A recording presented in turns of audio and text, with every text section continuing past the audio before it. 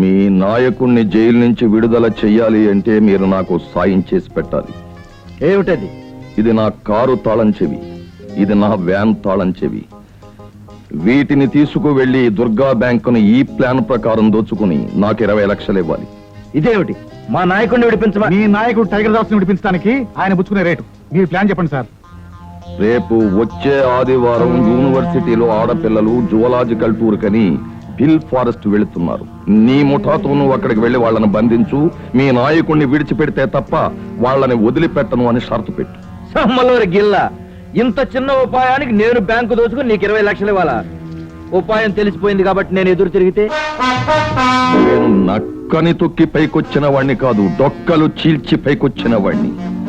నా ఇంటి పేరు తెలుసుగా, ఎం ఫర్ మర్డర్. మర్డర్ల గోవర్ధన్ రావు నా పేరు.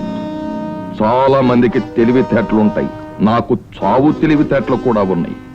పరీక్షలు వస్తే ప్రశ్నాపత్రాలు అమ్మిస్తాను, ఎలక్షన్ వస్తే ఓట్లు కొంటాను, అవసరమైతే చీకటి బజారులో నిత్య జీవిత అవసర వస్తువుల్ని దాచేసి అలా రకరకాలుగా డబ్బుని క్రియేట్ చేస్తుంటాను.